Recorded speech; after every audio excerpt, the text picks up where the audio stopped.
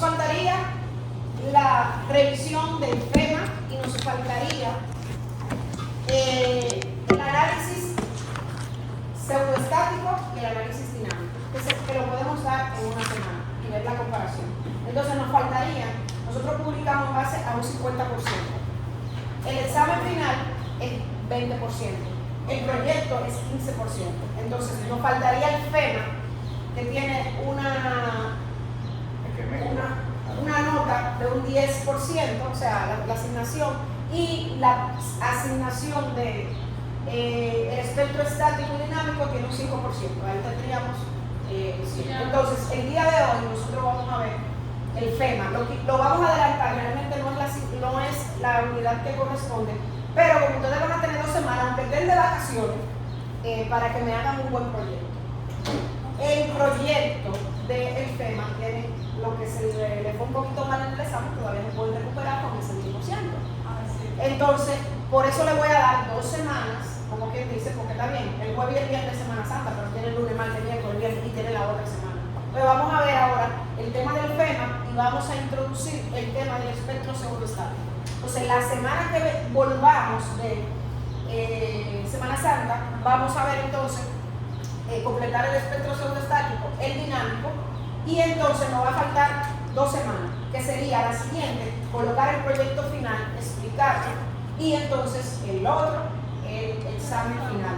¿Qué yo hago con el proyecto final? Que como me queda tan poco tiempo, yo les doy la opción de que me lo entreguen el lunes, porque yo tengo que publicar el martes. Entonces tengo que corregirlo.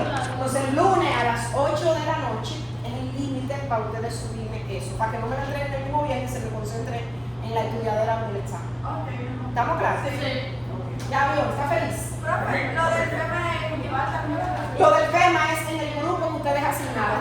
El mismo grupo que va a ser el FEMA es el mismo grupo del proyecto final. Te había dicho que eran de 4. De 4. Esto FEMA de 15, el examen 20 y el FEMA 10. Ajá. Y el 5%. Una asignación. Exacto. Yo la voy a actualizar porque ahora en vez de hacerla el espectro pseudoestático nada más vamos a hacer los dos. A la misma estructura le vamos a hacer el análisis estático y el análisis dinámico. Hay una asignación. Esa asignación todavía no la van a hacer. Yo la voy a actualizar porque tengo que explicarle los 2 temas para que la puedan hacer. Entonces el día de hoy nosotros vamos a ver el FEMA. ¿Vamos a leer eso? No, sí, lo voy a proyectar abajo. Miren.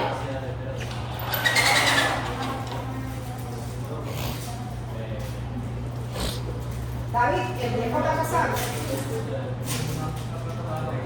¿Ah? David, ¿y por qué tú no lo tomaste la otra vez? Miren, el FEMA. ¿Quién ha escuchado esa palabra? FEMA. ¿No lo han escuchado? Eso es una... Aquí, dígame. Eso es un análisis visual. No, pero el FEMA, esa institución, ¿no la han escuchado? Bueno, el FEMA es la Federación de Desastres Naturales. ¿Se acuerdan que yo les digo que hay un país, nosotros somos un intento de país y hay países de verdad?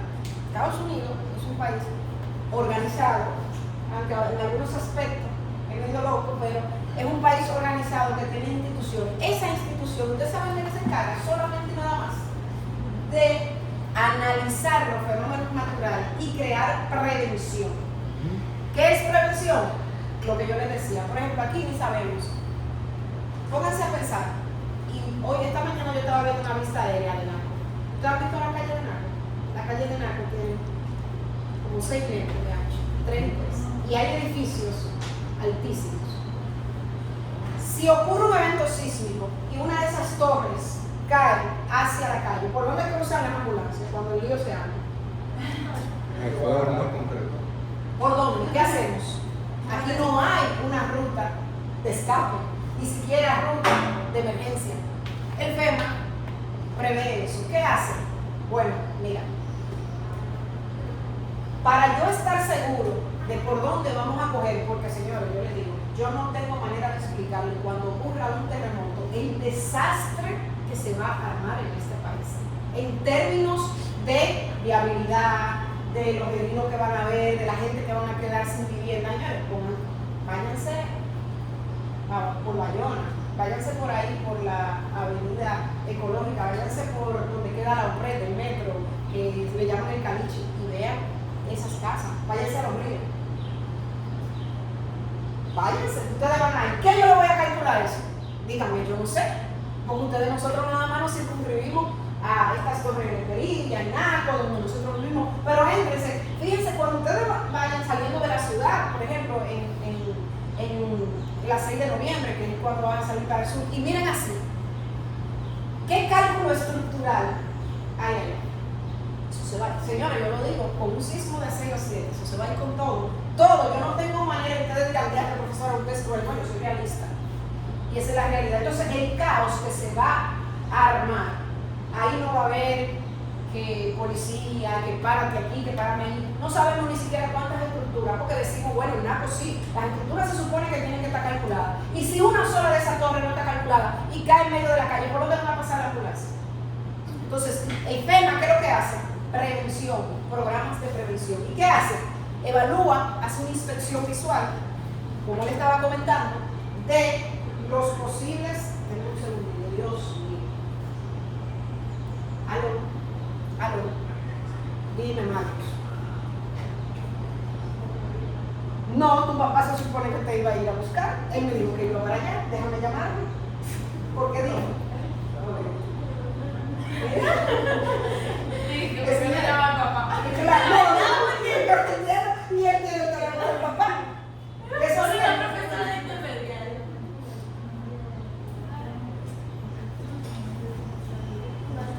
¿Ya tú fuiste a buscar a tu hijo? Pero ya tú vas para allá. Porque él me está llamando a mí. Recuérdate de preguntarle a ella.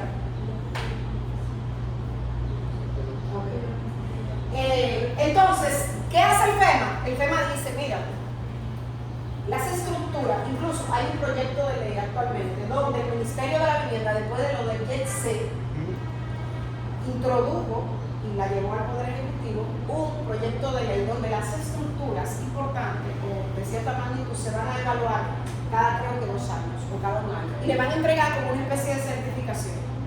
Pero mientras eso no lo tenemos, ustedes se han dado cuenta, oyendo mi clase, que hay estructuras que son más vulnerables que otras al nivel sísmico, las que están en forma de E, las que están en forma de T, cuando no tienen junta, una serie de aspectos que usted viéndolo de manera visual, usted puede decir, mira, esa edificación es más vulnerable que esta si ocurre un terremoto.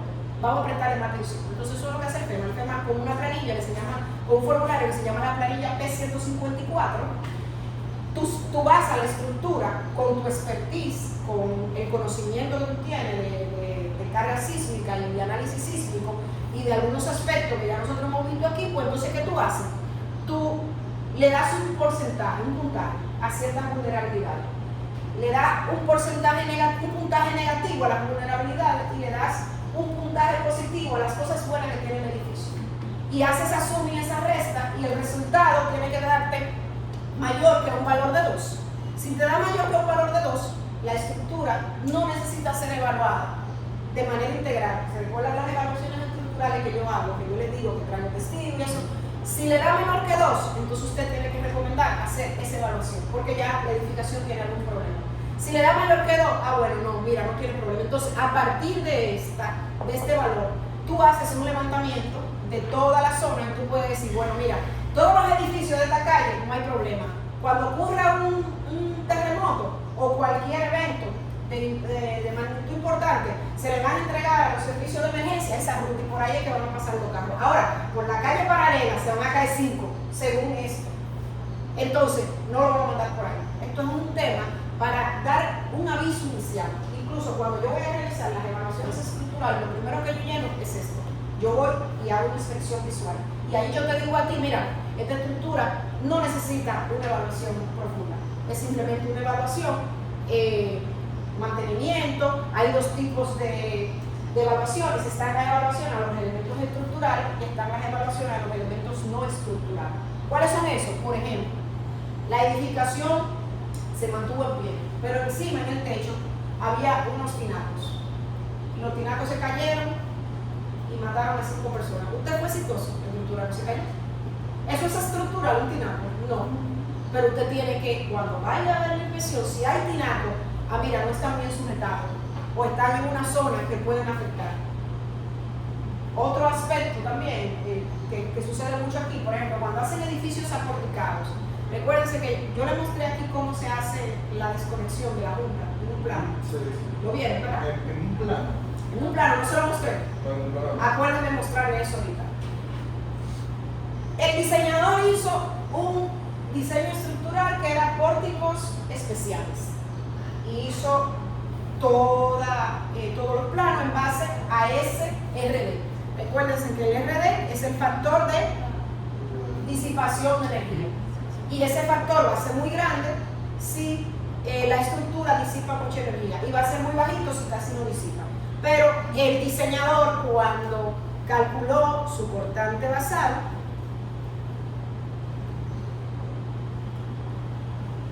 lo fundamentó en ese RD. Y si ese RD era muy alto, el de cortante basal va a ser muy bajito. Y entregó el plano para que lo construyera. Pero usted no le dejó la junta a los muros. Es un sistema aporticado. Si usted conecta los muros de la columna, no, es un sistema dual. Y el sistema dual, si ustedes se fijaron en la tabla que vimos, tiene un RD mucho menor, disipa menos energía. ¿Por qué? Porque tiene menos inercia. Entonces inmediatamente usted le cambió la tipología estructural. Recuérdense que hicimos una tarea donde colocaba sistema de muros, sistemas de pórtico, dual, ordinario. Entonces ya usted, el RD y el diseño que hizo el estructuralista ya no sirve. ¿Por qué? Porque usted le cambió la tipología estructural. Entonces ahí entonces sucede de que usted tiene un sistema estructural que es dual. Cuando yo voy a hacer el levantamiento, aunque en el plano me diga que utilizaron un sistema porticado, yo no me puedo llevar eso, yo tengo que asumir que los muros están conectados. Eso le pasó al edificio que tenemos aquí al lado, no sé cómo se llama, donde está ingeniería. Sí, el Sí. Ellos tuvieron que desvincular, fíjense que lo tuvieron en mantenimiento y le desvincularon de columnas y vigas los muros porque estaban conectados. ¿Y ustedes saben qué condición tenía? La condición de columna corta. ¿Qué hace la condición de columna corta? Yo tengo las escuelas tienen ese problema. Yo he evaluado muchas escuelas. Este es un sistema porticado. Entonces, aquí yo tengo ventanas. Esto que está aquí son muros. Esto es ventana. ¿Usted sabe qué está haciendo este muro aquí? Restringiendo el movimiento lateral. Si yo tengo aquí una junta, esa columna se va a poder mover un poco. Sí. Pero como está unido, la columna va a estar agarrada aquí y va a romper aquí y va a romper aquí. Ese es el concepto de columna corta. Entonces, en todos los planos que yo revisé de las escuelas, tenían la junta. Pero constructivamente no se la crearon. Entonces, ¿qué sucede? Que cuando el sismo venga, es probable que muchas escuelas fallen porque tienen ese concepto de columna corta. Entonces, para que ustedes entiendan lo importante que es traducir un plano a la realidad, porque si usted cambia eso, usted no sabe para dónde va. Otro aspecto, vamos a suponer que sí, que usted tomó en cuenta como ingeniero que usted iba a desvincular los muros de las columnas y de las vigas. Y usted le creó la junta, le colocó poliestireno expandible, le colocó una masilla de plasticidad, de alta plasticidad, no lo pañetó. Después que usted termine su muro y termine su viga, ahí usted lo que le va a colocar una masilla, usted no lo va a pañetar, porque el mortero le transfiere algo de fuerza. Le transfiere. ¿Usted sabe qué me pasó a mí en una edificación? En una torre.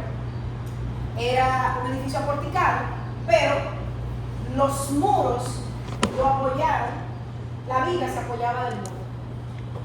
Era un edificio de bloque, de un sistema aporticado, pero tenía muro de bloque para dividir. Pero no le dejaron la junta correctamente. ¿Usted sabe cómo estaban las grietas? Así, a 45 grados todavía. Y yo decía, pero que esto es un edificio aporticado, que yo no entiendo. ¿Usted sabe lo que hizo la viga? La viga dijo, ¿para qué yo tengo que ir a aquella columna y a aquella columna transferir la carga si yo tengo abajo un muro? Y le estaban transfiriendo la carga a esos muros. Y los muros rompieron porque los muros ni le habían colocado mortero ni tenían la cantidad de bastones porque no era un sistema porticado. No era un sistema de muro, era un sistema aporticado. Dígame. Entonces se le pone pañete. Transfiere un poco, transfiere. En la masilla. Se llama masilla Maxi ¿Y Flame. cómo yo la tapo? ¿Se le puede pasar pintura? Pintura normal. Tú le pasas tu pintura normal. Lo único que es la juntica entre el foam y eso, tú le tienes que poner esa masilla, eso casi nadie lo hace. Todo el mundo lo payeta.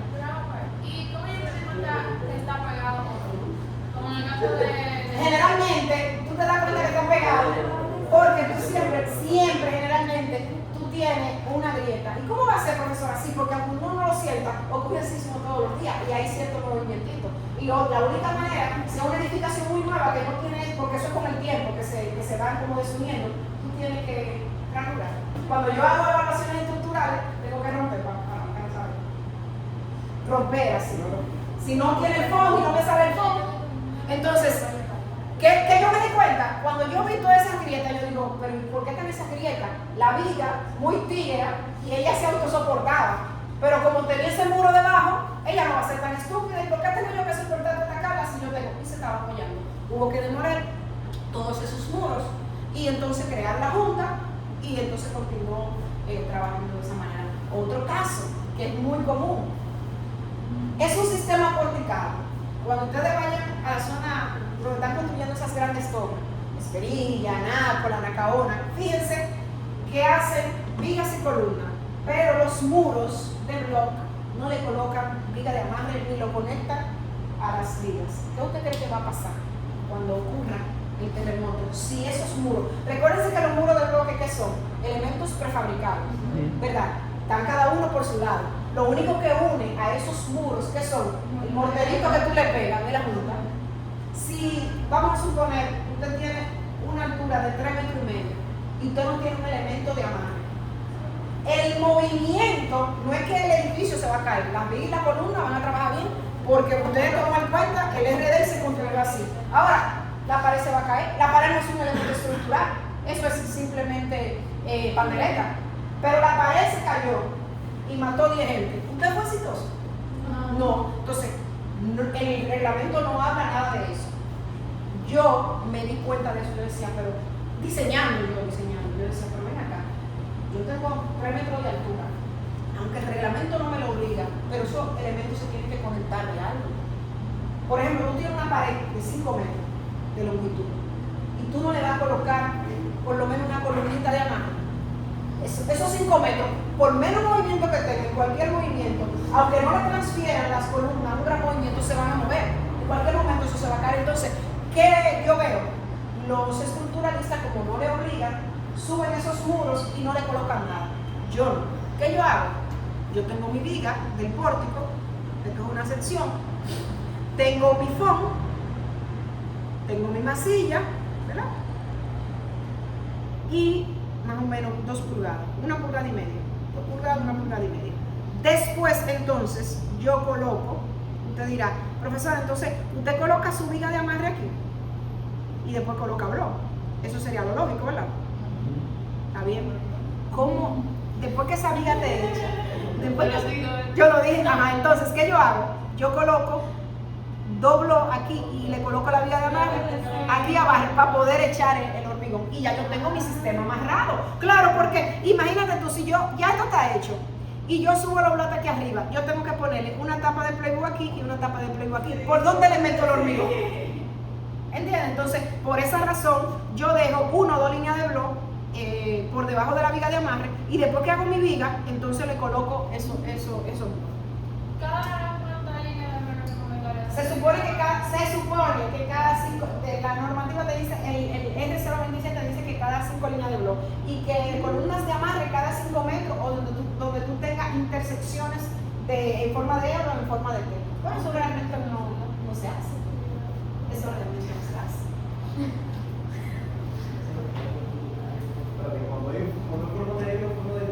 Los muros se colocan o se rellenan todos los huecos y se colocan bastones o se hace columnas de amarre. Exacto.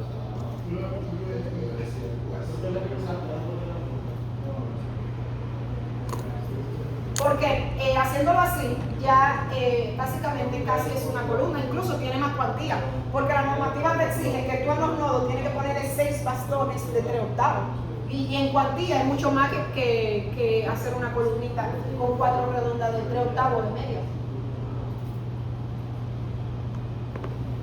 Entonces, todo eso yo lo he aprendido, porque le voy a decir algo, un diseñador estructural, que no me voy a los constructores para que no cojan aire, no es bueno si no sabe del proceso constructivo. Un diseñador estructural no es muy bueno, o sea, puede calcular lo mejor posible, puede tener los mejores planos, puede saber mucho de esfuerzo, pero si eso no se puede traducir a la realidad y usted no sabe del proceso constructivo, por ejemplo, eso yo se lo dije, eso lo aprendí yo, porque un ingeniero me lo dijo, me dice, René, mira, ya yo tengo todo armado aquí, pero ¿y cómo yo voy a hacer esa vida? Y yo, mira, tienes razón. O sea, hay cosas que uno se tiene que, vamos a decir, dejar guiar y que uno tiene que conocer. A mí no me gusta ir a obra, a mí no me gusta construir. ¿Cómo va a ser, profesor? No, porque tú te frustras, porque tú en planos colocas las cosas muy bonitas. Pero en campo, los maestros y los mismos ingenieros, para resolver su problema, hacen lo que le da su gana. Y eso es así. Entonces, yo me frustro, yo voy poco a obra. Cuando yo voy a una obra, es que hay un problema. Porque yo trato de resolver, que me llamen, que me tiren fotos. Ya cuando yo voy, y ustedes me ven allá, pues bueno, aquí hay un lío y hay que resolverlo de alguna manera. Pero yo a mí no me gusta. No porque la construcción no sea bonita.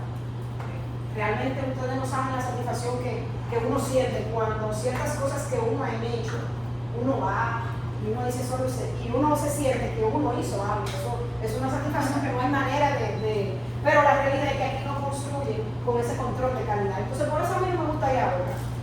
Realmente, yo no soy muy amiga de. Pero eso no quiere decir que yo no maneje mucho el tema de la construcción. Incluso en UNIBE hay una materia que yo doy, que es proceso constructivo 1 y proceso constructivo 2, que me encanta darlo, porque he aprendido mucho yo misma dando esa asignatura. Apaguen aquí para que se vea. Entonces le decía que esta planilla es muy útil. Claro, es muy útil siempre y cuando el que la utilice sepa lo que está haciendo.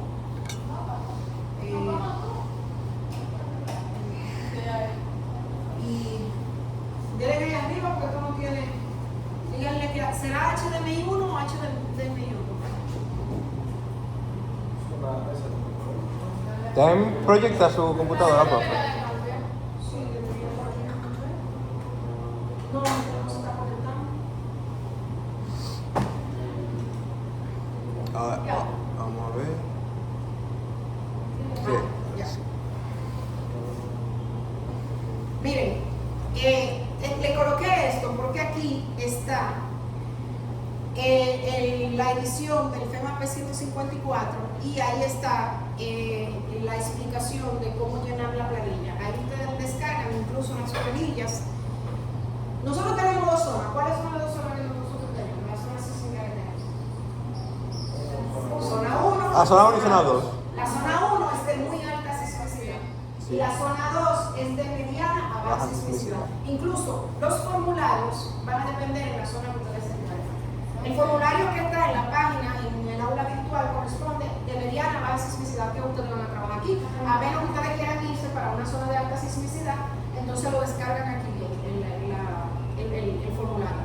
Que tienen algunos cambios solamente. Miren, el terremoto de Haití. 150.000 víctimas. Dicen que otra literatura habla de 200.000, otra literatura habla de 250.000. ¿Ustedes saben qué tiempo duró el terremoto de Haití? Te había dicho que segundos. 14 segundos. ¿Uno cree que son años?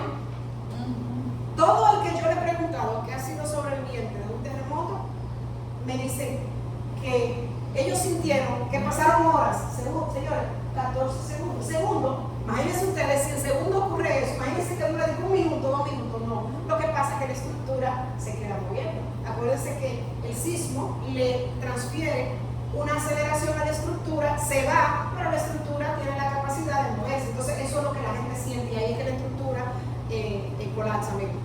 Ese es el Palacio Presidencial. de Haití. Eso no lo han arreglado, ellos no tienen palacio presidencial. Eso fue de magnitud 7.1 en la escala de Richter. Miren cómo devastó un país. Yo no conozco, aparte de una bomba atómica, algún elemento externo que cause en 14 segundos, en tan poco tiempo, una debacle de esa magnitud. Miren, eso fue en Chile, el mismo año. Miren la magnitud. Miren solamente cuántas personas murieron. Entendemos, ¿usted sabe cuál es la diferencia? La preparación que tiene Chile. Y eso, este formulario tiene que ver mucho con la preparación que tiene Chile. Miren, en Chile, ellos, cada ciudadano tiene, yo le comenté, un silbato. Los medios de emergencia y las instituciones de emergencia han evaluado que hasta las 3 semanas todavía pueden aparecer personas vivas. O sea, las primeras 3 semanas que ocurre algún evento, ya sea sísmico o una tormenta o un tifón, cualquier evento natural, las primeras 3 semanas los equipos de rescate no buscan fallecidos, buscan sobrevivientes. Por ejemplo, en el caso del Yexel, obviamente, como le cayó un techo a una persona, ellos lo que estaban buscando, la mayoría, en las primeras horas, eran personas fallecidas. Pero en el caso de un terremoto, como no se tiene previsto que una estructura caiga totalmente, o que, por ejemplo, miren, en ese caso, esa estructura, ese edificio, colapsó, pero dentro, ustedes pueden estar seguros que hay gente que quedamos que no está totalmente colapsado. Entonces, lo que se busca es, en ese momento, sobrevivientes. Ya después que pasan las 3 semanas, entonces ya están buscando el cuerpo, obviamente. Incluso en Haití, después de 15 o 20 días aparecieron personas con vida. Entonces, el tema es la preparación. Si no hay preparación, no hay forma que ningún país, ni ningún estado, ni ninguna región no pueda tener más daños colaterales. Porque, por ejemplo, en lo que yo le decía de la calle, si cae una torre en medio de una calle, no solamente tenemos la cantidad de fallecidos que pueden haber, también vamos a tener eso interrumpido hasta que podamos quitar los escombros y que puedan pasar gente. Y en ese momento, señores, yo vuelvo y le digo, el caos que se va a formar aquí, fíjense que nosotros vivimos un desorden normalmente. Imagínense que nosotros tengamos un evento de una magnitud que por lo menos 3 edificios, señores, ustedes vieron el caso del Yexel. Aquí ni grúa había, tuvieron que de la barra mandar grúas. Y instituciones privadas donaron grúas para poder resolver eso. No había. Y ustedes vieron que las personas que estaban ahí dentro se quejaban de que duraron mucho para sacarla y que un caos, incluso después que la gente sacaron los cadáveres, que para entregárselo, eso fue un sitio controlado, una sola estructura. Imagínense un fenómeno que ocurra por cosas, vamos a buscar la mejor opción, que nada más se caigan 5 edificios. Dígame, el caos que se va a formar aquí, ¿por qué? Porque nosotros no tenemos preparación. Entonces, el FEMA, eso es lo que trata de evitar. No es que no hayan daño, porque siempre va a haber daño. Después que usted tiene un sismo por encima de esa magnitud, o de esa magnitud después de 6.5 en el escala de Richter, cualquier edificación que no esté calculada correctamente puede sufrir. Incluso por encima de esa magnitud, aunque una estructura esté construida y calculada, ustedes vieron que puede sufrir daño, porque hablamos de eso. Entonces, ¿qué es el reporte del FEMA? El P154. Es una metodología que es recomendada para una inspección visual y para ver de manera física cualquier peligro potencial que pueda tener una edificación cuando ocurre un evento sísmico. El procedimiento es una inspección visual rápida. No es que usted lo envíe adentro. No. Pero puede hacer por fuera. Sí. En el caso de la estructura que ustedes escojan, le permiten entrar, es mucho mejor, porque así, por ejemplo, hay cosas que usted puede ver en algunos sitios, alguna herretica, entre una columna, bueno, mira, está desconectada. Pero no todos los sitios lo dejan entrar. Esto aplica que usted puede hacer vuelos con dron, puede darle un recorrido a la estructura o puede entrar.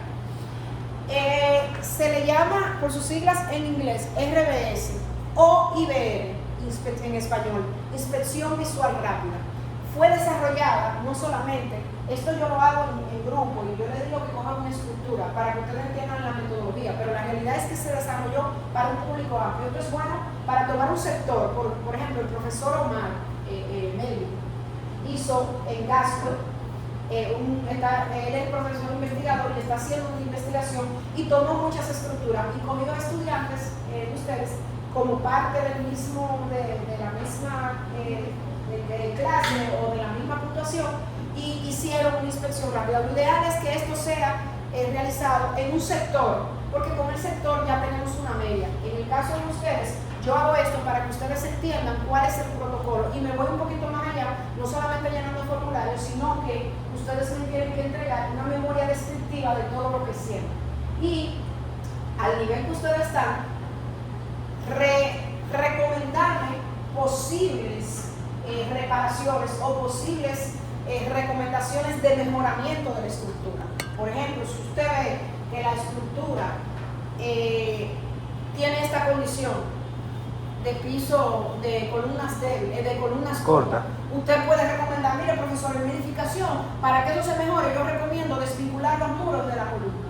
O sea, ustedes dan ciertas recomendaciones. Mire profesora, el edificio se veía muy bien, pero había filtraciones. Yo recomiendo verificar, hacer un nuevo fino con pendiente, impermeabilizar y reparar la losa que tenga temas estructurales. O sea, ustedes, aparte de llenar el formulario, al final ustedes me van a dar unas recomendaciones, conclusiones, o me van a decir, profesora, eso no sirve para nada, según mi óptica es demoler, coger una retro y darle como un AutoCAD y borrarlo.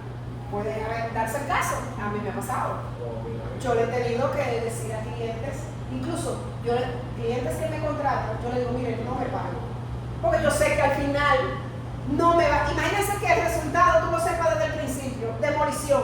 Después que yo le ponga, que yo haga todos los estudios, yo le diga demolición, ¿me van a pagar? No, la realidad es que a mí me ha pasado y es muy fuerte, porque uno lo dice bien, pero hay familias, hay personas que ese es todo su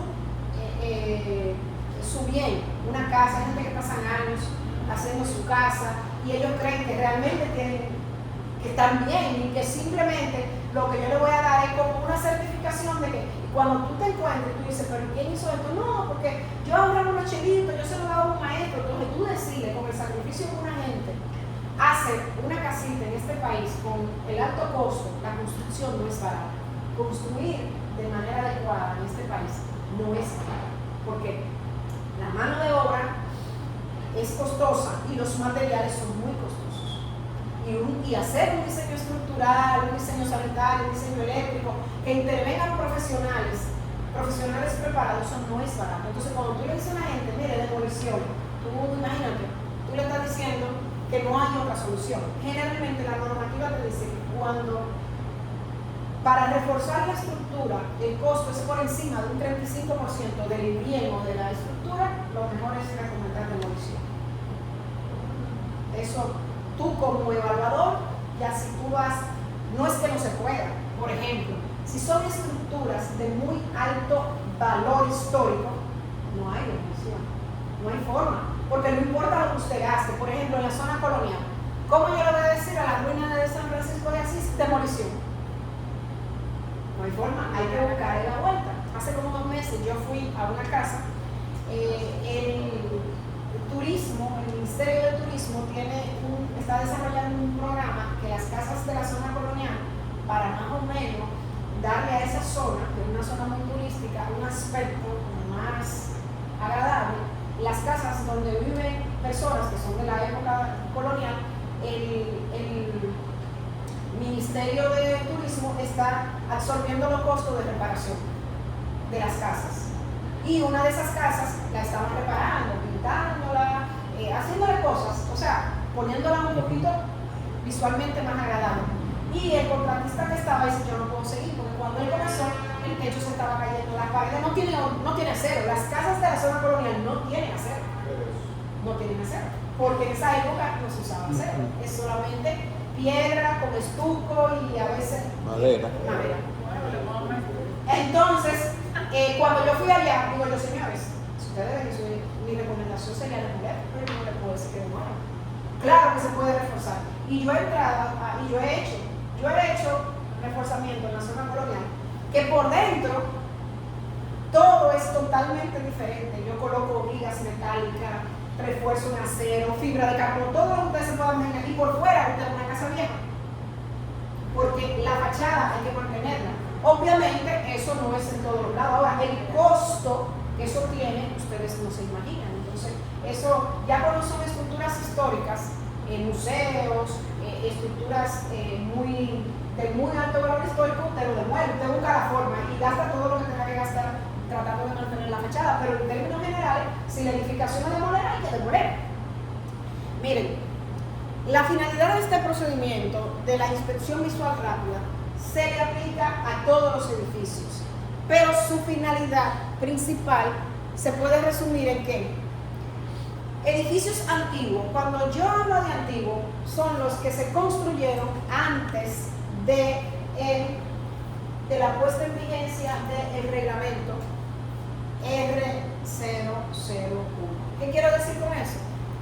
Cuando sucedió el terremoto de Haití, que fue en el 2010, aquí en República Dominicana, nosotros teníamos unas reglamentaciones provisionales que fueron puestas en vigencia en 1979. Entonces, de 1979 al 2000, nosotros teníamos esa reglamentación. Cuando sucedió lo del terremoto de Haití, las autoridades dijeron, espérate, no hay problema, nosotros tenemos que tener un reglamento saneado con una serie de aspectos, y a partir de ahí se comenzó a trabajar en el reglamento y se puso en vigencia en el 2011.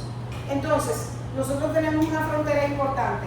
Todas las edificaciones que se construyeron antes del 2010, entonces son antiguas y obviamente no fueron construidas con el reglamento, porque el reglamento no existía. Y todas las que se construyeron a partir del 2011, entonces tienen el que se construyeron o se supone que se construyeron con el reglamento.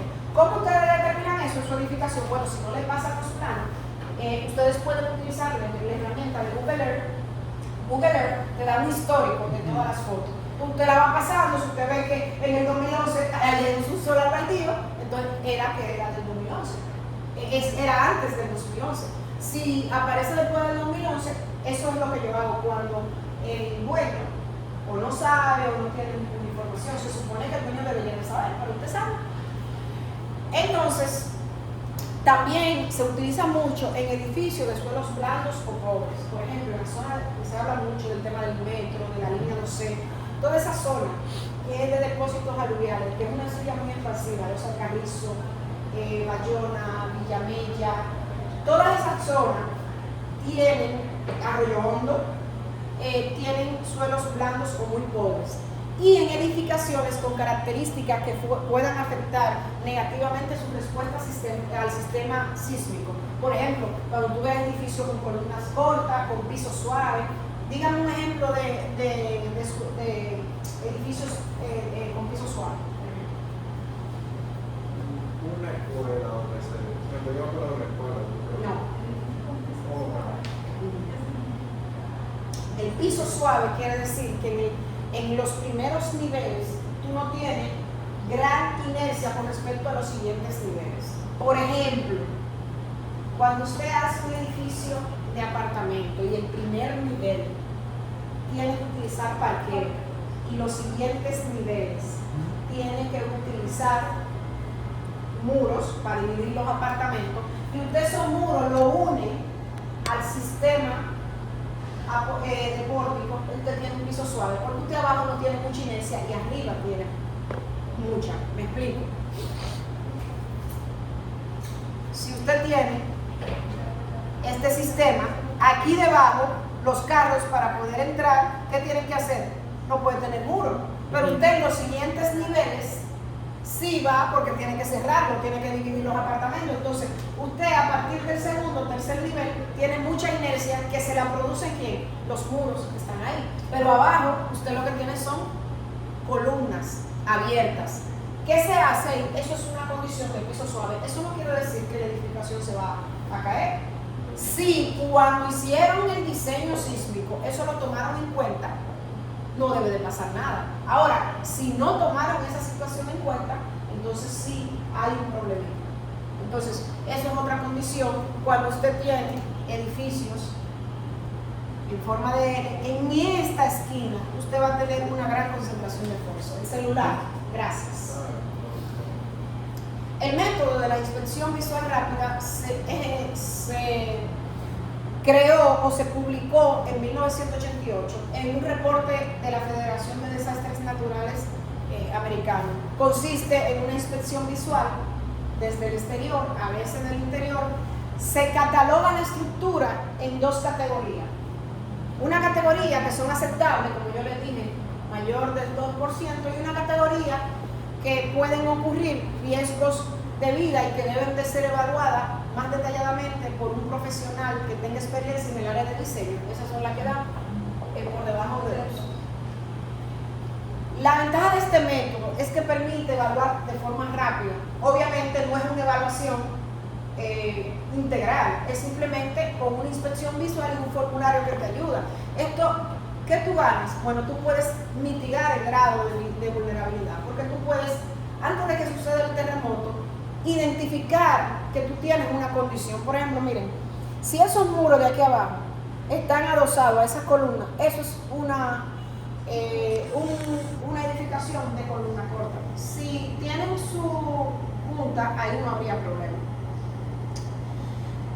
¿Qué limitaciones? Porque vuelvo y le digo, esto simplemente es visual. ¿Qué limitaciones tiene este método? Que algunas edificaciones vulnerables pueden ser que no sean identificadas, porque si por fuera usted no ve que esto está adosado a las columnas y usted asume que sí, que están desconectadas, pero estuvieran conectadas, ya usted la vulnerabilidad no le está notando. Algunas edificaciones adecuadas o que trabajan bien pueden ser identificadas como vulnerables. Por ejemplo, usted puede decir que es piso suave, pero si el piso suave está correctamente calculado y construido, no debería haber problema, pero usted la catalogó como piso suave. También depende mucho de la experiencia del evaluador.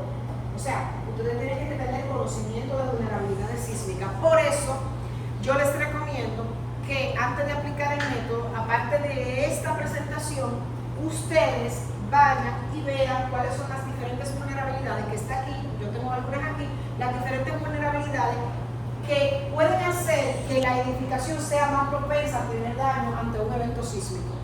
Miren aquí, este es un diagrama de flujo de una inspección visual rápida o del FEMA.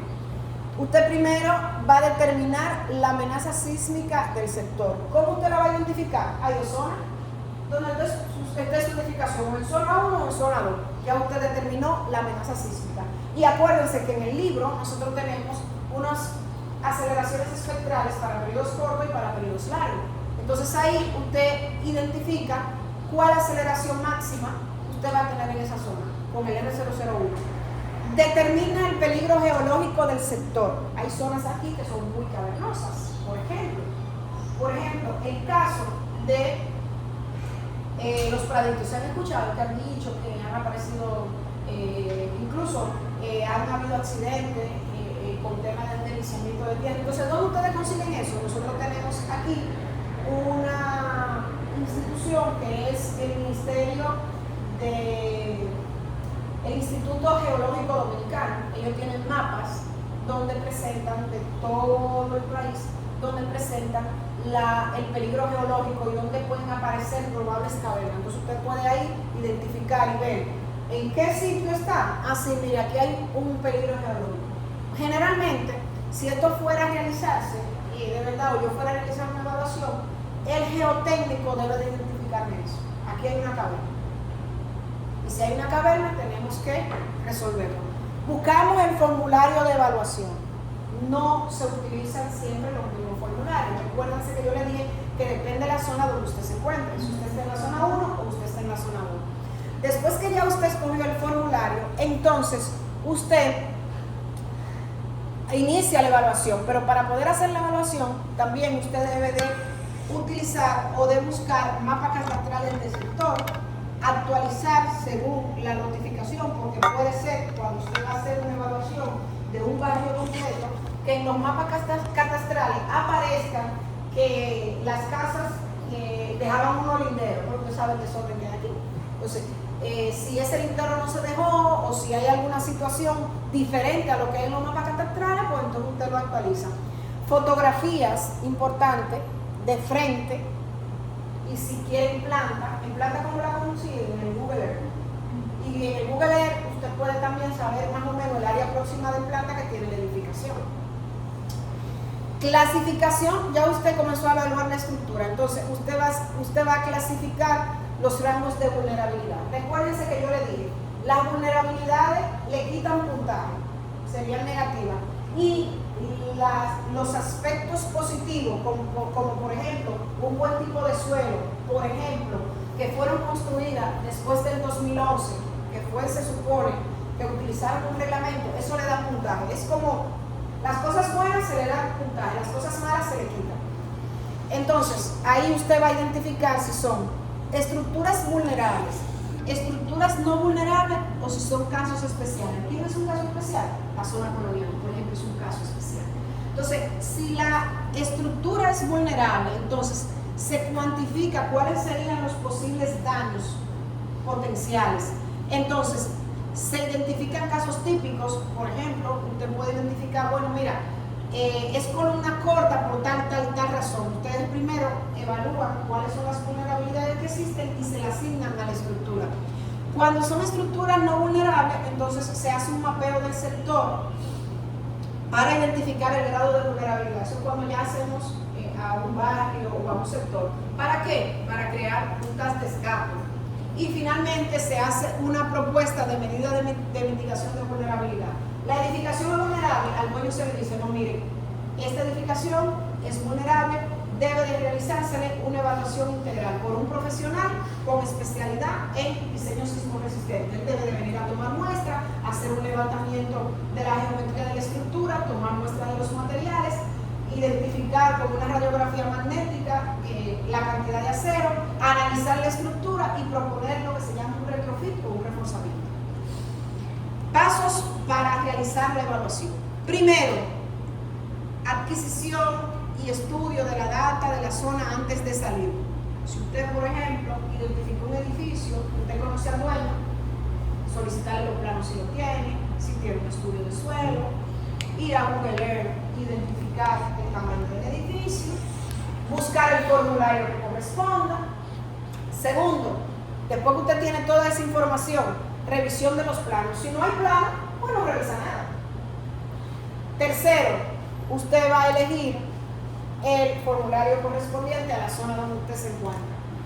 Cuarto, verifica y actualiza la información de identificación del edificio. Usted va a identificar si el edificio realmente tiene las dimensiones que se supone que tiene los planos, si se modificó en caso de que haya plano. Quinto, usted va a recorrer todo el edificio en el exterior. Y si le dan permiso en el interior, tampoco quiero que me lo maten, muchachos. O sea, traten de buscar edificaciones que por lo menos ustedes tengan el permiso del dueño. Porque lo primero que le van a preguntar es qué ustedes están haciendo. Ustedes no pueden invadir por propiedad privada. Entonces, recorrer el edificio en el exterior y realizar un croquis correspondiente al formulario de la recolección de datos. Usted lo puede tomar a mano o puede tomar la foto de Google Earth, las dimensiones de frente, toda la información que usted pueda recolectar a nivel de plano. ¿Usted ha dicho que la estructura tiene que tener un proceso de construcción? No. Yo sí le digo que me traten de buscar Frankenstein, que no me busquen cosas fáciles. Porque, por ejemplo, si una edificación, ¿por qué? Porque es una manera de aprender. Después, cada uno de los grupos, vamos a sacar un chancecito para que me muestren las fotos y qué edificaciones cogieron, y eso retroalimenta mucho a los demás compañeros. Y eso, obviamente, si usted viene y coge una edificación que no hay nada que hacer, no es lo mismo a nivel de puntaje que me cojan una que de verdad tenga alguna vulnerabilidad y que usted le den alguna solución. Lo interesante de esto no es que a usted le van a poner peor nota o mejor no, pero la realidad es que si usted me trae un caso de estudio que de verdad sea interesante, eso crea una expectativa, tanto en ustedes como en nosotros, como en mí. Entonces, lo bueno y lo ideal es buscar una estructura que tenga alguna vulnerabilidad para ponerla más interesante. Pero si no la tiene, no pasa nada. determinar el uso y la ocupación de la edificación. Si es oficina, si es universidad, si es una casa normal, si es una tienda, si es un almacén. Identificar riesgos no estructurales con potencial de caída. Lo que yo le decía, el edificio está muy bien, es un sistema de pórticos especiales, está totalmente con mantenimiento, pero tiene una fachada de chirró o estructura aligerada que cuando el sismo venga se va a caer. Usted tiene que ponerlo. Mira, no hay problemas estructurales, pero hay riesgos no estructurales. Tienen un reguero de tinacos en el techo y lo pusieron en una esquinita, que cualquier cosita, eso es un riesgo.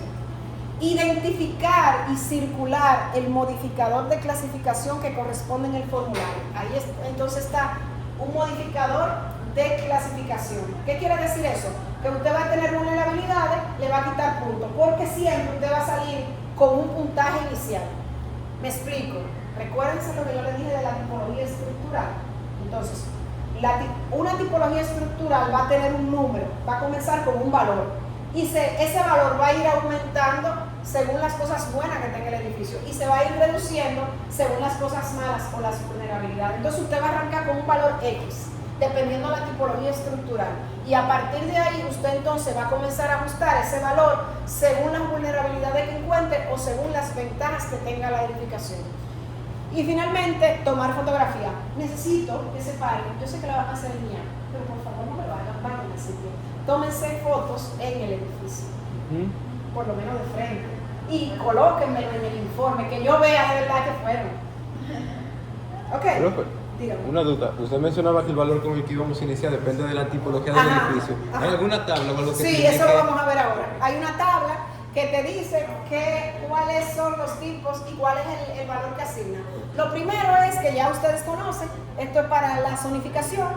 Hay dos zonas, la zona 1, que es la zona de baja a mediana sismicidad, que tiene valores para aceleraciones espectrales de periodos cortos y periodos largos, más bajos que las de la zona 1, que es donde está la falla septentrional, donde se espera que haya un importante movimiento. Incluso esa falla es capaz de producir sismo de más de 8 en escala de Richter.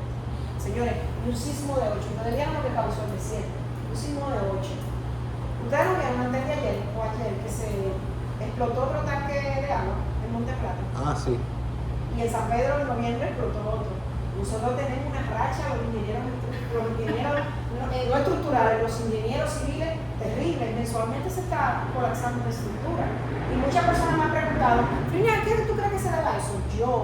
Mi teoría es que antes nosotros no éramos tan atrevidos en la construcción. Antes no hacíamos estructuras tan grandes. O sea, antes hablo de 10 años, 20 años atrás, no hacíamos estructuras tan altas, no hacíamos estructuras que no tenían a nivel arquitectónico porque eso no está mal.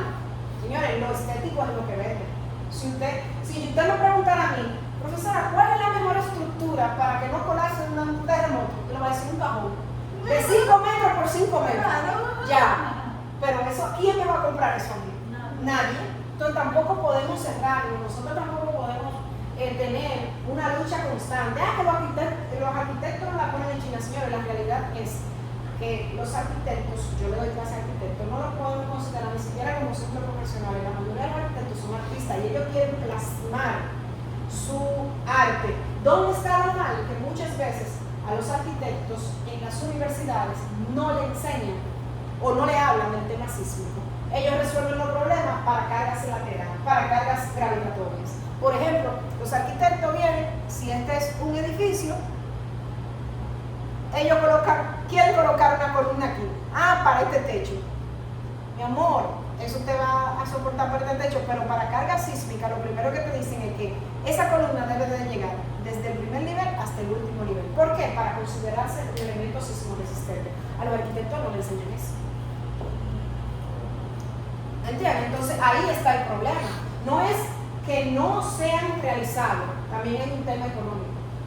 Recuérdense que le dije ahorita, la construcción sismo resistente no es barata.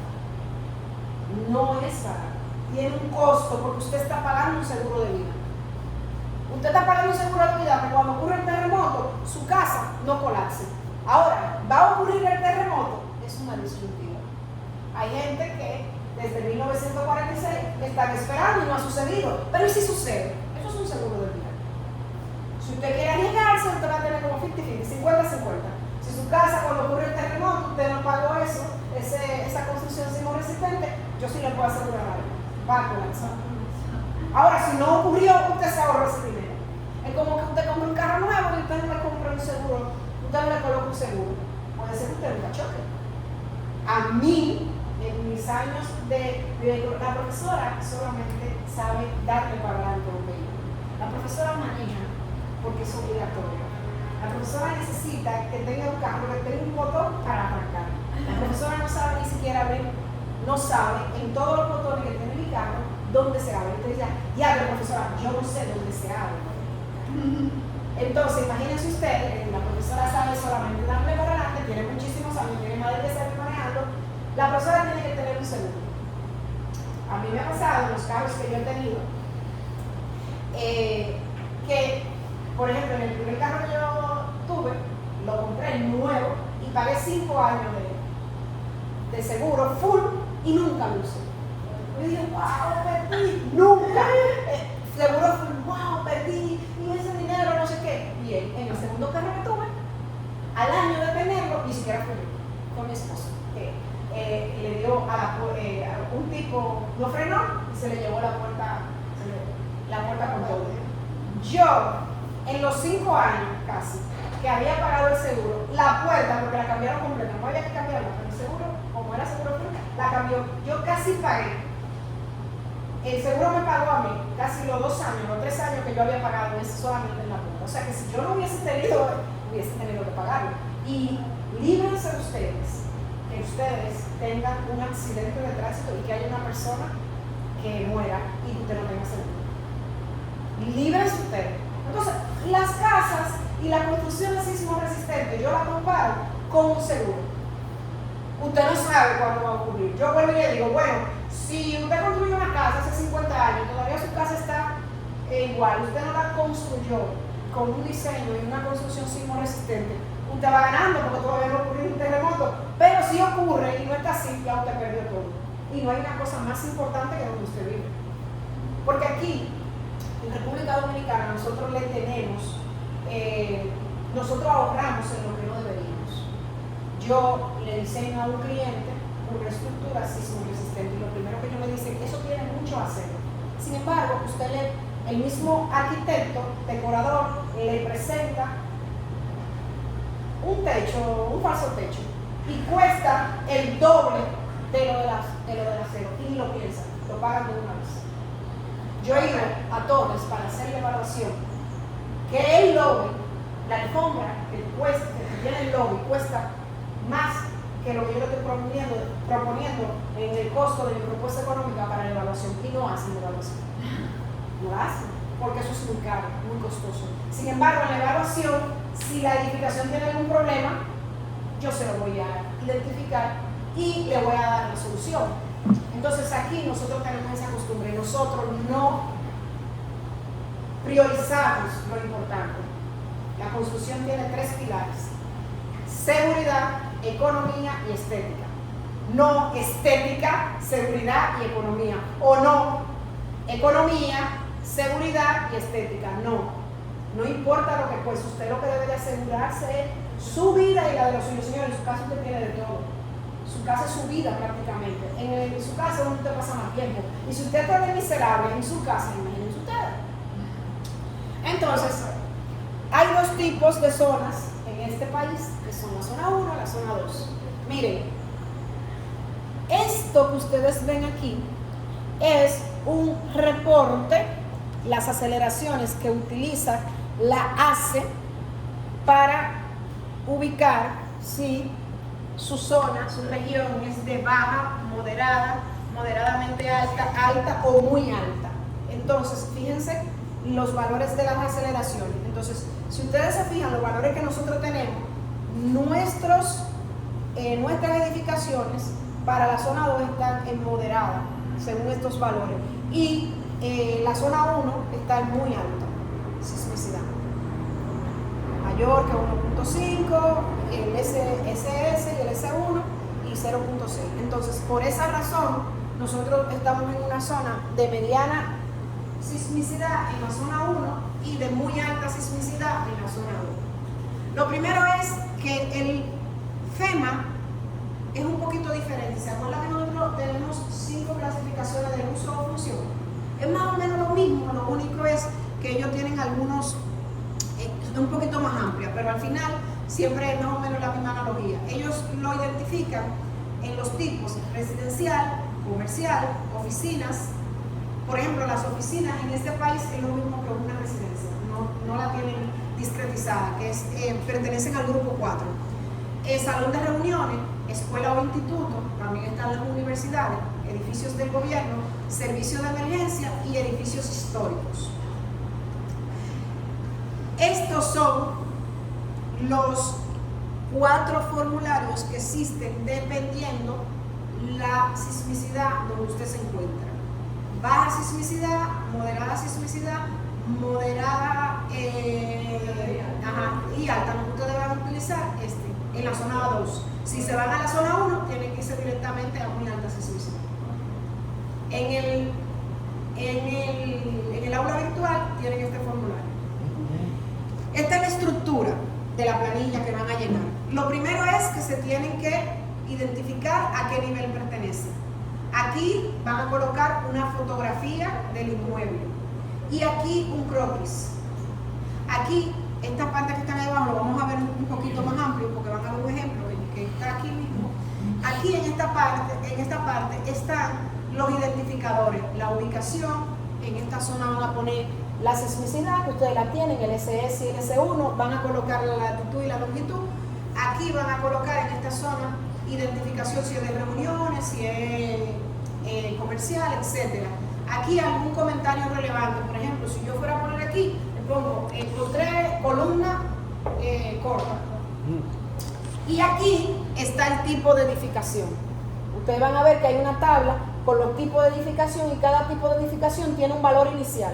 Usted va a arrancar con ese valor inicial. Entonces, aquí, en esta parte, están los modificadores. Están los modificadores buenos y están los modificadores malos. Los malos son las vulnerabilidades. Los buenos, los atributos que aumentan la capacidad de la estructura. Entonces, cuando usted comience con una puntuación inicial, usted va a ir restando y sumando y al final usted va a colocar su puntuación final. Aquí entonces es el resultado. Aquí usted va a recomendar si la estructura está bien y no necesita ninguna evaluación profunda, o si está mal y usted está recomendando una evaluación más profunda. El llenado, mírenlo aquí.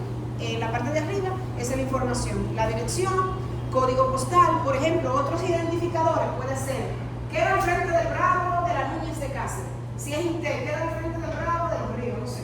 Algo que identifique el nombre de la edificación si lo tiene, el uso según esto que vimos.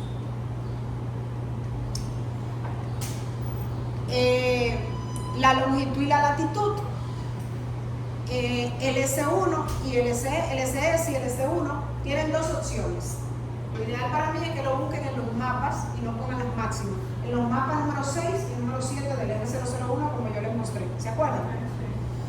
El nombre del encuestador, en este caso ustedes van a poner el número del grupo. Pueden ustedes mismos asignarse grupo 1, grupo 2, grupo 3, la fecha y la hora. Aquí el número de niveles se lo discretizan entre lo que están a nivel de piso y subterráneo.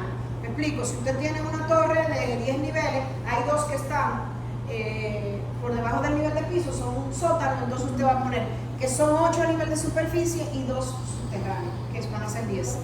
El año de construcción, el área de piso total, si tiene 10 niveles y cada nivel tiene 200 metros cuadrados, usted va a multiplicar los 200 metros cuadrados por 10.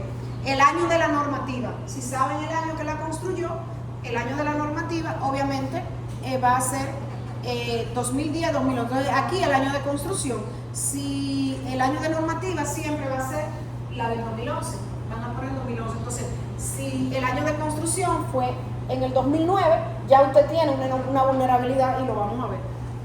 Aquí usted va a tachar qué tipo o qué ocupación tiene.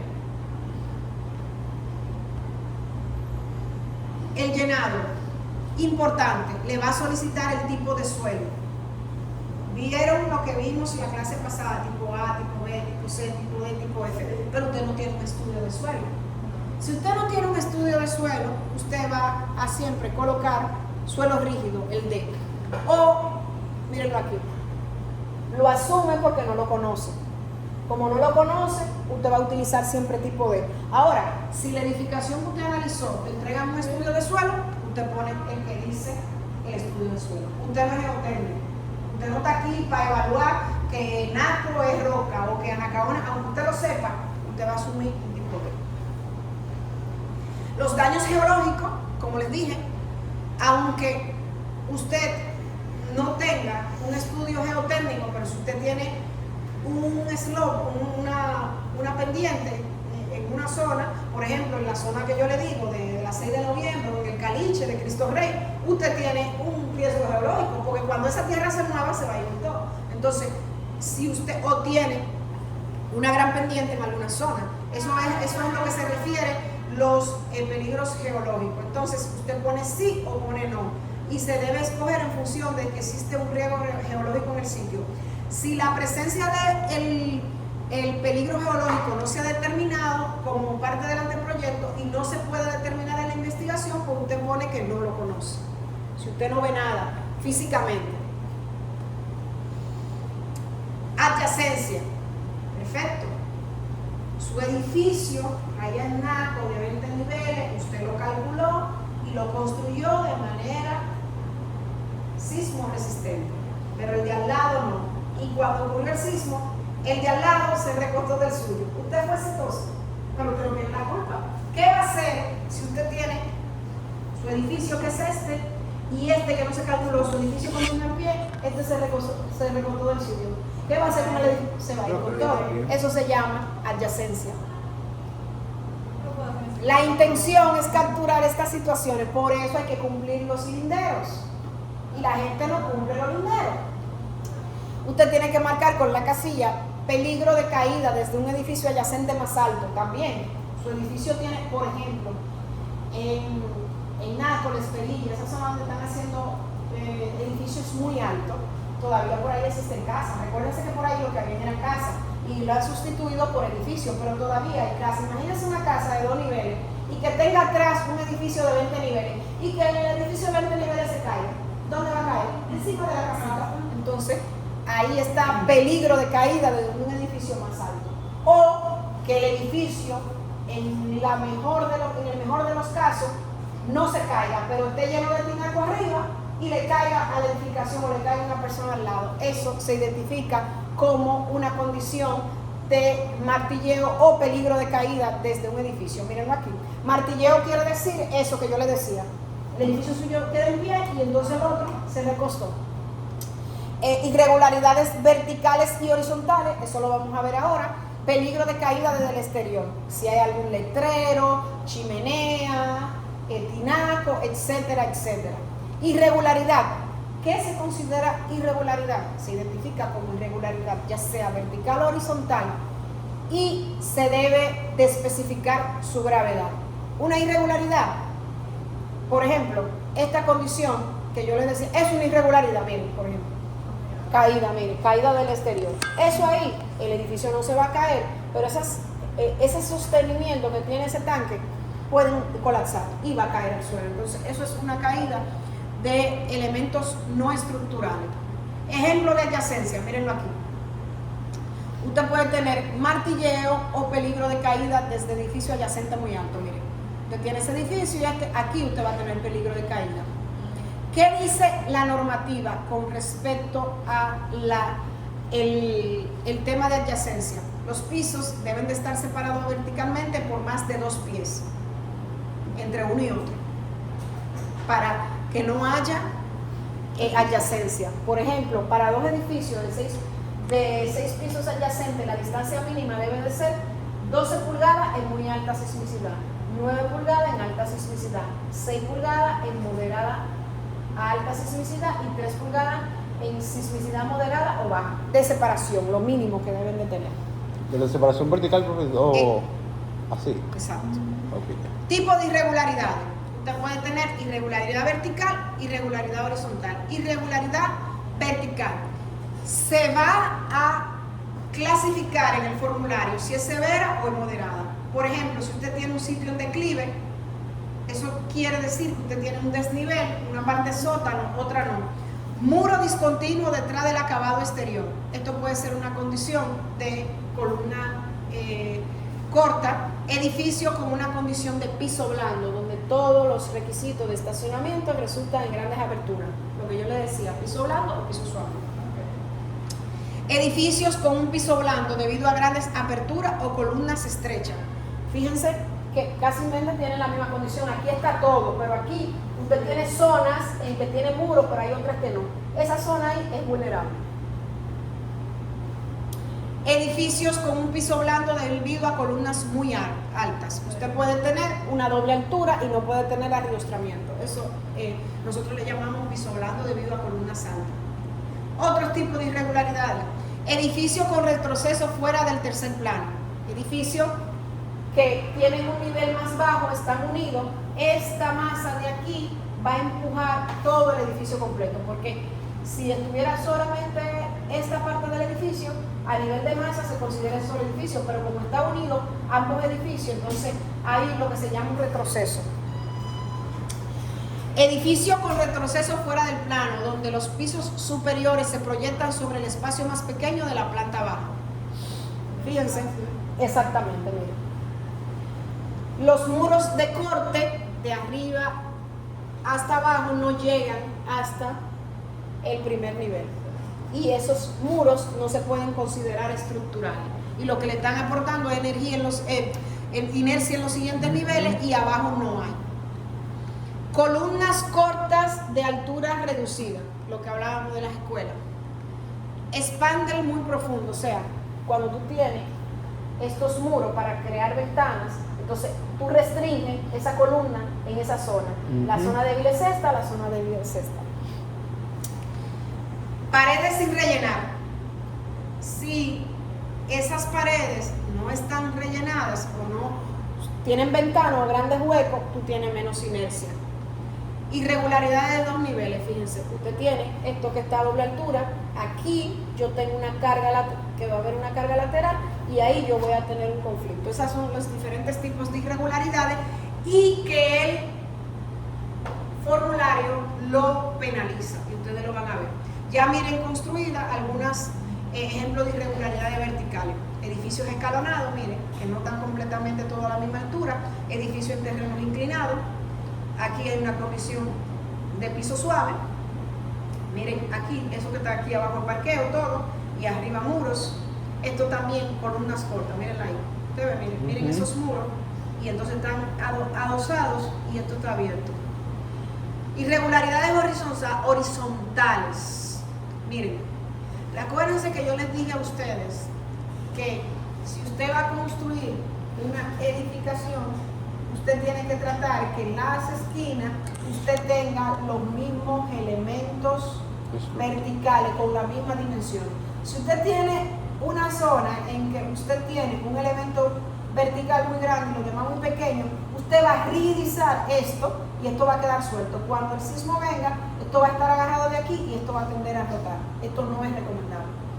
¿Se acuerdan lo que le comenté de los ascensores? Sí. Que le decía que los ascensores no le permiten colocarlo en una esquina porque usted lo que le está aportando inercia a la esquina y está soltando los demás elementos. Si usted quiere colocar un ascensor en una esquina, debería de colocar en proporción la misma inercia en esta zona, en esta zona y en esta zona, para que todo se mantenga estable y que cuando esto venga, todo haga la misma resistencia y el edificio no rote. Sistemas no paralelos.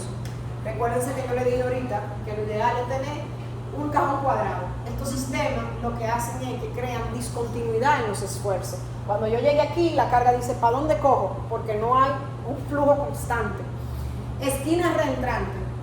En todas esas zonas donde hay esquinas, usted va a tener concentración de esfuerzo y por ahí va a romper su edificio.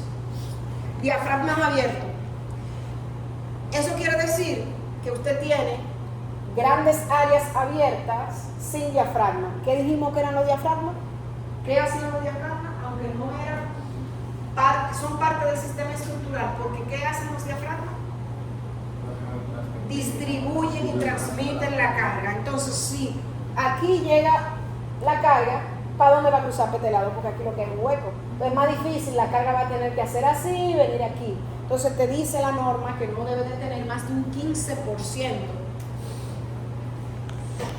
de apertura o de encubierta del área completa. Vigas que no se alinean con las columnas, eso es mortal, porque para transferir las cargas, miren, lo ideal es que esto quede en el centroide de las columnas y de las vigas. No es que no se pueda, pero el esfuerzo, la transmisión de esfuerzo entre viga y columna no es adecuado.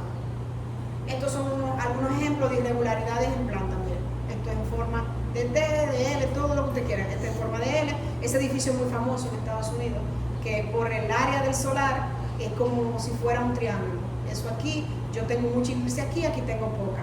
En planta, fíjense aquí, concentración de esfuerzo, concentración de esfuerzo, concentración de esfuerzo. ¿Cómo usted resuelve eso? Bueno, yo aquí crearé una junta, aquí crear una junta, aquí no puedo crear nada, ya es un edificio emblemático. Bueno, ¿qué hacemos? Dividir, tratar de dividir y tener varios edificios, aunque pertenezcan a un mismo edificio, para que cada uno se mueva, bailen un merengue, cada uno por su lado, que no es un solo merengue. Tareas previas para implementar el método. Primero, como les dije, ustedes van a determinar la sismicidad de la región, van a adquirir toda la información del inmueble, va a determinar la fecha de construcción y si fue considerado cuando el código sísmico o si tiene algún reglamento, si se utilizó algún reglamento, y va a obtener la información del suelo. Fuentes donde usted puede obtener esa información pueden ser en las oficinas donde se construyó el edificio o la constructora que lo hizo, mapas de ubicación como el Google Earth, el Instituto Geológico también tiene información, si se han hecho algunos estudios previos, información de los asesores, por ejemplo, su profesor Abbott ha construido muchas cosas y que le diga, usted debe ver un edificio y que le diga, o su profesor Norberto, y a mí no me puede preguntar, estoy haciendo una tarea. Entonces, asesores que hayan sido diseñados y yo le digan, sí, nosotros diseñamos ese edificio en tal año, que le den información de la edificación. Materiales que se utilizan o que toman en cuenta esta planilla: madera, acero, concreto y mampostería. Obviamente aquí nosotros no trabajamos con madera. Entonces, ¿cuáles son los sistemas que ellos toman en cuenta como tipología? Muros de cortante, pórticos a momento y pórticos arriostrados, o lo que tienen braces, como tiene el edificio de medicina adentro, que son crucetas metálicas. ¿No lo han visto? ¿Qué modifica tu edificación? Por ejemplo, si yo tuviera edificio de muros y yo tengo una severa irregularidad vertical, entonces yo voy a comenzar primero, mi score inicial o mi puntaje inicial es 2.1, pero si yo tengo una irregularidad vertical muy severa, le tengo que restar 0.9, ya yo estoy por debajo de 2, yo digo 2.1 menos 0.9.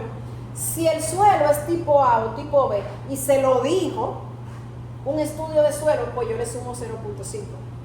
Y así usted va quitando, si es precódigo y es esta tipología, entonces usted le resta 0.3. Y así usted va sumando, restando, dependiendo la tipología. Modificadores de fecha de construcción. Hasta diciembre del 2010, todas las edificaciones deben de ser penalizadas con precódigo. Y todas las edificaciones después de enero del 2011 entonces son postcódigo, no hay que penalizarla. Los identificadores o tipología estructural, aquí se modifica un poquito, aquí no tenemos como tenemos en el reglamento R01, que tenemos aporticados, no, aquí tenemos construcciones de madera, pero no vamos a utilizar porque obviamente aquí no se construye casi en madera. W1, W1A, W2. Estos son la tipología, los nombres y la característica. Vamos a ir a lo que nos interesa. Pórticos, los S son steel, de acero. Los pórticos de acero resistentes a momentos. Son edificios que son aporticados, pero son de acero. Pórticos de acero arriostrado, lo que tienen bracers, y estructuras de acero liviana. Por ejemplo, la de los chinos, que ellos hacen estructura metálica y lo techan de aluminio. Eso es una estructura de acero liviana. Entonces, los S son pórticos de acero con muros de cortante de hormigón. Por ejemplo, usted puede tener un edificio metálico y en el medio tener un ascensor de hormigón. Pórticos con muros de relleno de mampostería no reforzada. Eso quiere decir que son muros pandereta. Los C son concretos. C1, pórticos resistentes a momentos, son sistemas amorticados. Muros de corte de concreto son lo que los sistemas estructurales son muros de hormigón armado. C3, pórticos de concreto con muros de relleno de mampostería no reforzada, eso con muros de pandereta. Están ahora construcciones inclinadas, que son una combinación de diversos materiales, puede ser acero, hormigón o alguna soldadura mecánica, estructura de concreto prefabricado. Por ejemplo, usted puede tener un edificio de paneles prefabricados y losa prefabricada. Y aquí están lo de mampostería, RM1, RM2, URM, mampostería no reforzada. Eso no existe porque obviamente usted no puede construir una estructura, por ejemplo, en países que construyen ladrillo, eso es mampostería no reforzada. A cada estructura, en función a su seguridad, comportamiento y amenaza, se le asigna una clasificación inicial que se toma en cuenta en la evaluación. Usted siempre tiene que arrancar con una. Si usted cree que la suya no está incluida en ninguna, ya no hay que evaluar nada, ya hay que mandarlo a hacer una evaluación para saber qué tipología estructural es. Ya usted terminó su evaluación. Usted puede decir, no, profesora, yo no supe cuál, ya no voy a seguir. Entonces ya lo que es el siguiente paso, en vez de seguir evaluando, es hacer una evaluación profunda para determinar la tipología estructural. Aquí están los diferentes modificadores. Sumando los modificadores de puntuación, puede sobreestimar el efecto combinado de múltiples condiciones. Por ejemplo, vamos a suponer que su edificación tenga irregularidad vertical, irregularidad horizontal, que sea antes del precódigo. No le va a dar por debajo de 0. Si usted, por ejemplo, comienza con 2 y tiene una irregularidad vertical, vamos a comenzar con 2. Una irregularidad vertical, 2 menos 1 le va a dar 1. Tiene una irregularidad horizontal, menos 0.3 le va a dar, menos 0.7 le va a dar 0.3 positivo. Y fue antes del precódigo, menos 0.6, ya le va a dar menos 0.03. ¿Usted puede tener una estructura por debajo de 1?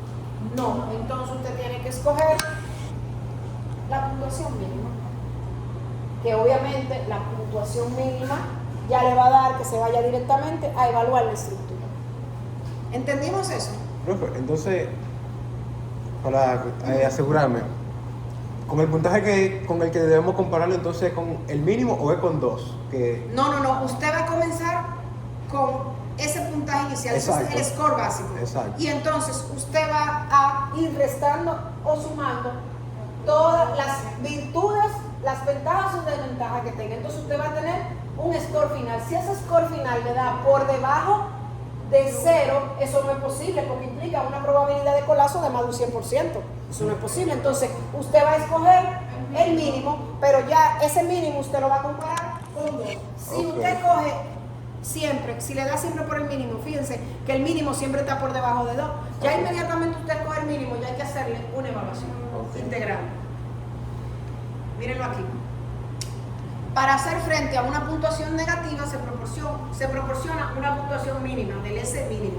La puntuación mínima fue desarrollada considerando la peor combinación posible en cada caso. ¿Entienden? Que el tipo de suelo es malo, usted tiene irregularidad vertical, usted tiene irregularidad horizontal, entonces el puntaje mínimo es igual a 0.3, que es el más bajo. ¿Lo ven? Entonces,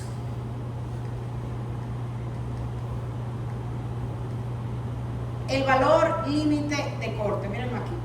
Si el SL ya, después que usted realice su evaluación, le da mayor que 2, no requiere la evaluación. Si le da menor que 2, entonces requiere una evaluación detallada y así se haría un estudio de vulnerabilidad sísmica. ¿Cuáles son las acciones requeridas que le dice el reglamento o que le dice el formulario? Acción requerida, ya usted sacó su score. Usted está recomendando una evaluación detallada. ¿Por qué? Sí, tipología de edificación desconocida u otro tipo. Usted no sabe qué tipología es. Ya usted lo tiene que evaluar, ya de antemano usted le dice, sí, yo estoy recomendando, porque como no sé la tipología, yo no puedo evaluar nada. Si tú no sabes qué tipología es, fíjense que el formulario se basa en tener una tipología, un score inicial. Entonces, si tú no sabes cuál score escoger, ya tú tienes que irte a una evaluación integral. ¿Por qué estás recomendando una evaluación estructural? El puntaje es menor que el límite, menor que 2. Hay otros peligros. Vamos a suponer que usted encontró que la edificación está correctamente construida, no tiene vulnerabilidad, pero cuando usted encontró que una viga tiene una grieta estructural. Hay que obligatoriamente reparar esa grieta porque esa grieta puede romper la edificación completa. La evaluación no estructural. Si usted quiere indicar, bueno, mira, no hay problemas estructurales, pero hay peligros no estructurales que deben de ser evaluados. Los muros que no tienen viga de amarre, eso ustedes no lo van a ver obviamente, pero si la edificación está en construcción y ustedes evalúan, ustedes pueden poner eso. Si hay algún elemento que pueda caer o no lo conoce o no existe, pero hay dos tipos de evaluación, la evaluación estructural y la no estructural. Vamos a ver un ejemplo de aplicación.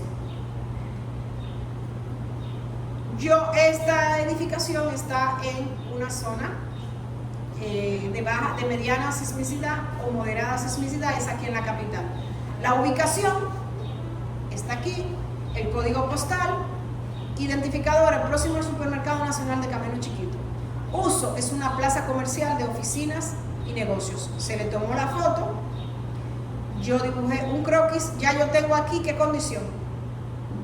En las esquinas tenemos una irregularidad en planta. planta. Aquí tengo que es de 3 niveles y hay un nivel subterráneo. Fue construida en 1999. Ya yo tengo otra vulnerabilidad. En el código. Es comercial y de oficina. El suelo, como no lo conozco, asumí el suelo de.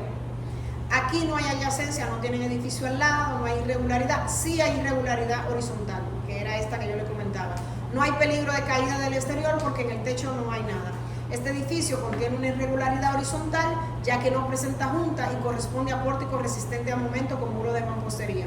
Tiene un piso en el lado alargado de la estructura que corresponde a un semisótano. O sea, todo lo que usted quiera decir que no pueda decirlo en el formulario, usted lo pone en su comentario. Mírenlo aquí. Yo arranqué con C3, que son pórticos con muros. Mi score inicial es 1.4, pero hay una irregularidad horizontal. Le voy a restar 0.60. Y es precódigo, 0.1. 1.4 menos 0.6 menos 0.1 me da 0.70, por debajo del mínimo. ¿Qué procede? Evaluación. Me preguntan aquí cómo yo hice la evaluación. Yo entré, fue lateral o no. No entré. Yo nada más fui de manera frontal y de manera lateral. No habían diseño. Ellos no tienen eso. No entré al interior. No sé el tipo de suelo. Tampoco conozco los peligros geológicos. La persona de contacto fue el encargado del mantenimiento de la plaza, que no sabe nada. Este es el score final. Entonces, ¿otros peligros? No existen otros peligros. ¿Hay que realizar una evaluación detallada? Sí, porque el puntaje fue menor. ¿Hay evaluación no estructural? No, yo no. Bueno, sí, puse que sí, para hacerlo interesante, pero realmente no hay realmente peligros estructurales, porque podrían ser los muros de mampostería. Había algunos muros que estaban medio chuecos y por eso le puse que sí. Ese es el formulario que ustedes van a llenar. ¿Preguntas? Dígame. O sea, sé que me viene mucha información, pero para uno determinar exactamente el tipo de edificación. Ya, ahí está la expertise de ustedes como evaluador. Tienes que analizar, o sea, si tú no puedes identificar la columna, tú tú tienes que mandar que tú no puedes identificar. Que tú no puedes identificar o asumir el peor de los casos. ¿Qué es mejor, pórtico resistente a momento o pórtico con muro de mampostería? Pórtico con muro de mampostería asumo para hacer el ejercicio. Pero fíjense que este formulario tú tienes que conocer mucho de vulnerabilidades y conocer el comportamiento estructural ante un evento sísmico de la estructura. Entonces, ¿qué ustedes me van a hacer? Ustedes me van a llenar este formulario, pero también me van a hacer un informe técnico de la visita, donde ustedes me van a realizar un antecedente de la edificación y me van a hacer un histórico. ¿Cuál es el histórico? Si revisaron información, si contactaron, si tienen planos, si tienen estudios geotécnicos, si hay peligro geológico, toda la información a ustedes ir. Después me van a ir explicando paso por paso lo que ustedes hicieron para llenar el formulario. Después entonces van a llenar el formulario, van a tomar fotos de las vulnerabilidades que encuentren y me lo van a colocar. Y finalmente me van a hacer recomendaciones y conclusiones de cómo usted podría mejorar un cálculo. Es, por ejemplo, si ustedes encuentran piso suave, ¿cómo usted puede resolver eso? ¿Qué ustedes recomendarían? ¿Se encuentran alguna libreta? ¿Se encuentra alguna filtración? Hacerme una recomendación de esa situación. ¿Ok? Díganme. Ese informe del FEMA que usted colocó ahí, ¿sí eso hace mucho? Hace como 2 años. Díganme. No. El informe no es a mano, puede ser digital. Y la foto, recuérdense de los grupos. Yo voy a abrir el espacio para que sea entregado dentro de 2 viernes. No sino cuando tengamos clase la próxima semana. Lo puede subir uno del grupo o lo pueden subir todos. El que lo suba del grupo va a tener la calificación y la retroalimentación y se lo dice a los demás. Ok.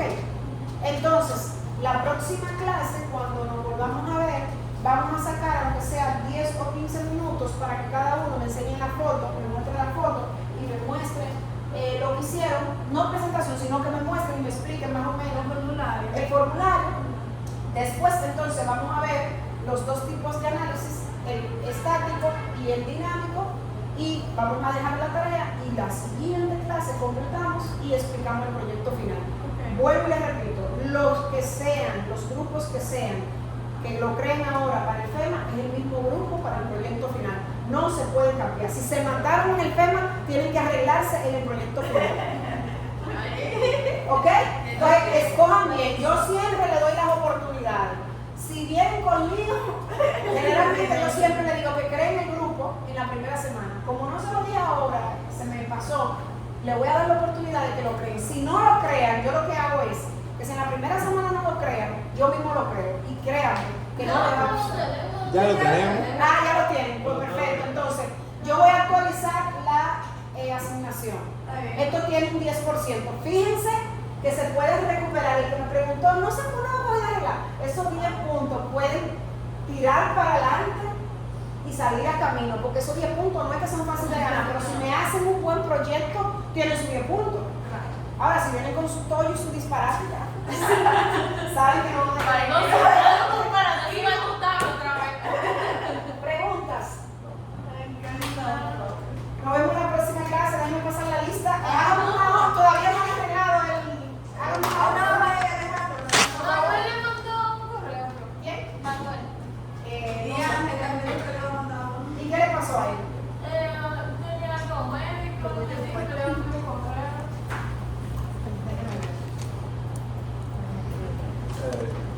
Ay, Alejandro. Vamos para la obra de Tera.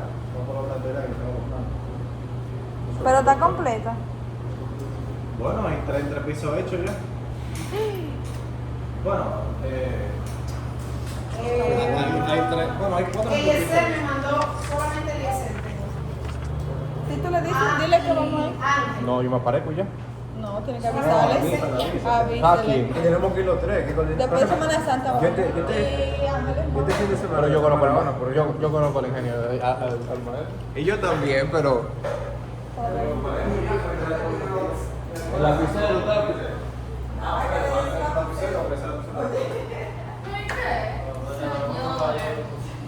No, pues se la ¿Se están mandando por una casa?